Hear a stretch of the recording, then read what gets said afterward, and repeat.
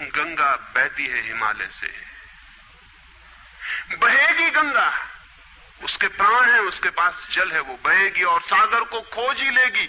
न किसी पुलिस वाले से पूछेगी, न किसी पुरोहित से पूछेगी कि सागर कहां है। देखा किसी गंगा को चौरस्ते पर खड़े होकर पूछते कि सागर कहां है? उसके प्राणों में है छिपी सागर की खोज और ऊर्जा है, तो पहाड़ तोड़ेगी, मैदान तोड़ेगी और पहुंच जाएगी सागर तक। सागर कितने ही दूर हो, कितना ही छिपा हो, खोज ही लेगी। और कोई रास्ता नहीं है, कोई गाइड बुक नहीं है कि जिससे पता लगा ले कि कहां से जाना है, लेकिन पहुंच जाती है। लेकिन बांध बांध दिए जाएं, चारों तरफ परकोटे उठा दिए जाएं, प्रकृति की बाधाओं को तोड़ के तो गंगा सागर तक पहुंच जाती है, लेकिन अगर आदमी की इंजीनियरिंग की बाधाएं खड़ी कर दी जाएं तो हो सकता है गंगा सागर तक न पहुंच पाए। ये भेद समझ लेना जरूरी है। प्रकृति की कोई भी बाधा असल में बाधा नहीं है, इसलिए गंगा सागर तक पहुंच जाती है, हिमालय को काट के पहुंच जाती है। लेकिन अगर आदमी ईजाद करे, इंतजाम करे, तो गंगा को सागर तक नहीं भी पहुंचने दे सकता है। प्रकृति का तो एक सहयोग है, प्रकृति तो एक हार्मनी है। वहां जो बाधा भी दिखाई पड़ती है वो भी शायद शक्ति को जगाने के लिए चुनौती है। वहां जो विरोध भी दिखाई पड़ता है वो भी शायद भीतर प्राणों में जो छिपा है उसे प्रकट करने के लिए बुलावा है। वहां शायद कोई बाधा नहीं है। वहां हम बीज को दबाते हैं जमीन में,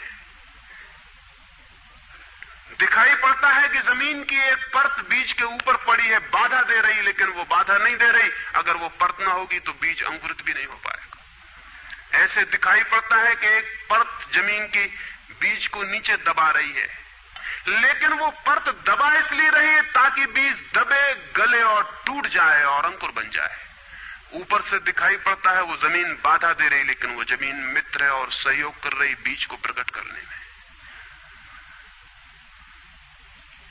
प्रकृति तो एक हार्मनी है, एक संगीतपूर्ण लयबद्धता है, लेकिन आदमी ने जो जो निसर्ग के ऊपर इंजीनियरिंग की है, जो जो उसने अपने यांत्रिक धारणाओं को ठोंकने की और बिठाने की कोशिश की है, उससे गंगाएं रुक गई हैं, जगह जगह अवरुद्ध हो गई हैं। और फिर आदमी को दोष दिया जाता है। किसी बीज को दोष देने की जरूरत नहीं है। अगर वो पौधा न बन पाए तो हम कहेंगे कि जमीन नहीं मिली होगी, ठीक, पानी नहीं मिला होगा, ठीक, सूरज की रोशनी नहीं मिली होगी, ठीक, लेकिन आदमी के जीवन में खिल न पाए फूल प्रेम का तो हम कहते हैं तुम हो जिम्मेवार। और कोई नहीं कहता कि भूमि ना मिली होगी, ठीक, पानी ना मिला होगा, ठीक, सूरज की रोशनी ना मिली होगी, ठीक, इसलिए यह आदमी का पौधा अवरुद्ध रह गया, विकसित नहीं हो पाया, फूल तक नहीं पहुंच पाया। मैं आपसे कहना चाहता हूं कि बुनियादी बाधाएं आदमी ने खड़ी की हैं। प्रेम की गंगा तो बह सकती है और परमात्मा के सागर तक पहुंच सकती है। आदमी बना उसलिए है कि वो बहे और